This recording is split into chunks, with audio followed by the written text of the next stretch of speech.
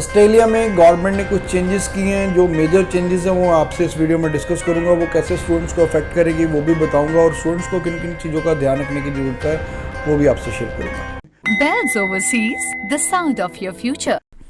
Hello everyone, मैं Kapil Bhatia bells overseas से। Bells overseas से आप अपनी study visa assessment free of cost करवा सकते हैं 6292062920 पे कॉल करने के बाद। तो अब जैसा कि ऑस्ट्रेलियन गवर्नमेंट ने कहा कि 3 मेजर फैक्टर उन्होंने बताए हैं कि एक तो हम जो लूप होल्स है इमिग्रेशन में उसको हम प्लग इन करना चाहते हैं, यानी कि उसको बंद करना चाहते हैं। सेकंड उनका जो इशू है कि जो फ्रॉडुलेंट डॉक्यूमेंट्स हैं उसको कैसे रोका जाए, उसके लिए वो अपना एक सिस्टम या मैकेनिज्म बनाया है, वो मैं आपसे डिस्कस करता हूँ।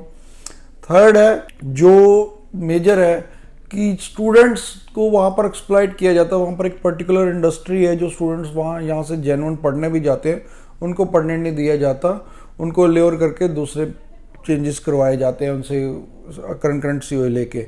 तो अब उसी चीज़ों को हम तीनों को डिस्कस करता हूँ, एलैबोरेट करता हूँ।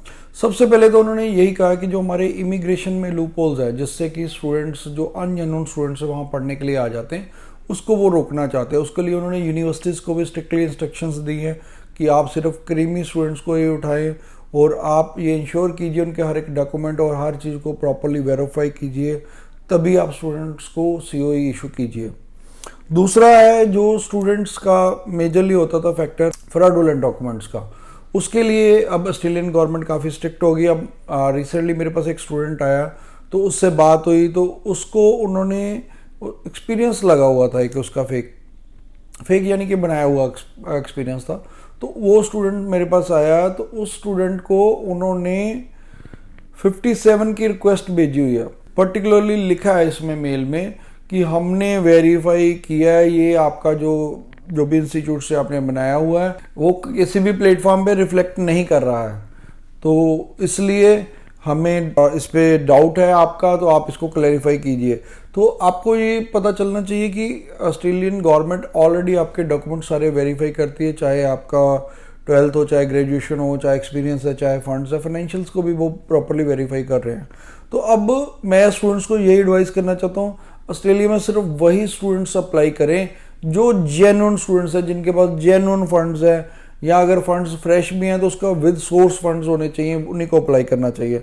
तीसरा जो मेजर फैक्टर उन्होंने कहा है कि जो वहाँ पर इंडस्ट्री है कि वो जाके स्टूडेंट्स को कंकरेंट सीओई लेके चेंज करवा देते थे, जो डिग्री में गया उसको भी डिप्लोमा लेके दे देते थे, या किसी और प्राइवेट कॉलेज में करवा के वहाँ 1-2 प्रोग्राम ले देते थे, बाकी स्टूडेंट को कहते थे आप काम करो।